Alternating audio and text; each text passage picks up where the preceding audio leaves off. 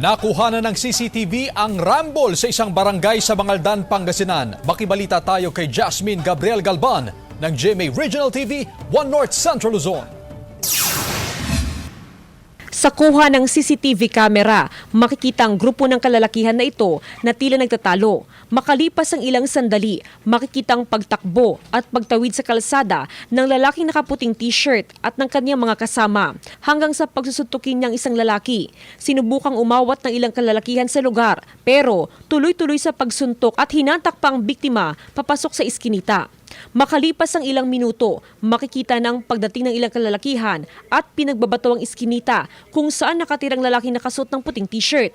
Sa investigasyon ng pulisya, nakursunadahan lang ang biktima. Nangyari ang gulo alas 12 ng hating gabi sa Barangay Bari, Bangaldan, Pangasinan. Nagkakursunadahan, dumaan yung galing po sa ating slaughter, nakadumaan doon sa ating may mga tambay din na sinuntok. Then bumalik itong tumawag ng kasamaan at doon ko nagkaroon ng batuan. Kwento ng 23 anyos na biktima na nakilalang si John Paul Estrada. Bibili lang sana siya sa tindahan nang makursunadahan siya ng suspect. Pagkadating ko nga doon,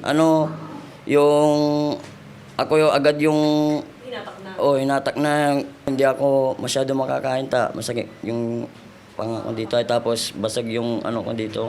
Tapos dito po. Tapos nahilo po ako. Inendorso ng Bangaldan Police sa mga opisyal ng Barangay Bari upang resolbahin ang insidente. Ayon sa mga opisyal ng barangay, ipatatawag nila ang biktima at ang nambugbog, pati ang lahat ng sangkot sa rambol.